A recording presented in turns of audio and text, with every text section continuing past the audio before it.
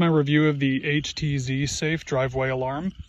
It comes with a small mounting piece on the back here. You just screw that in. It comes with the screws. Two shorts go back here. On the very back here, you see there's two buttons. This is how you turn it on. That'll activate the sensor. This is not actually a button, but this covers a charging port if you were to use this inside or somewhere that it would not be exposed to rain or other weather conditions. That's the sensor right in there, and that's a drain hole, in case it's, it's outdoors like mine will be. It can drain any of the excess water away. It's solar powered, and the sensor will detect movement from a vehicle or a person about 50 feet away.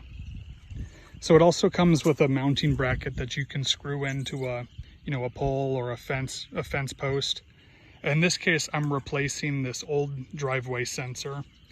Anyway, when this gets mounted, all you do is you pop it in. It holds it right there. Now the instruction manual says it should be slightly downturned like that. And now this sensor should be able to pick up any movement across that entire driveway.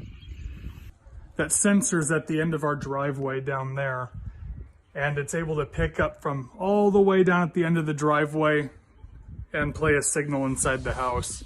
So the range is really nice. I think it's it's an excellent product, and it definitely has the range that we need with a long driveway. Yeah, so there we go.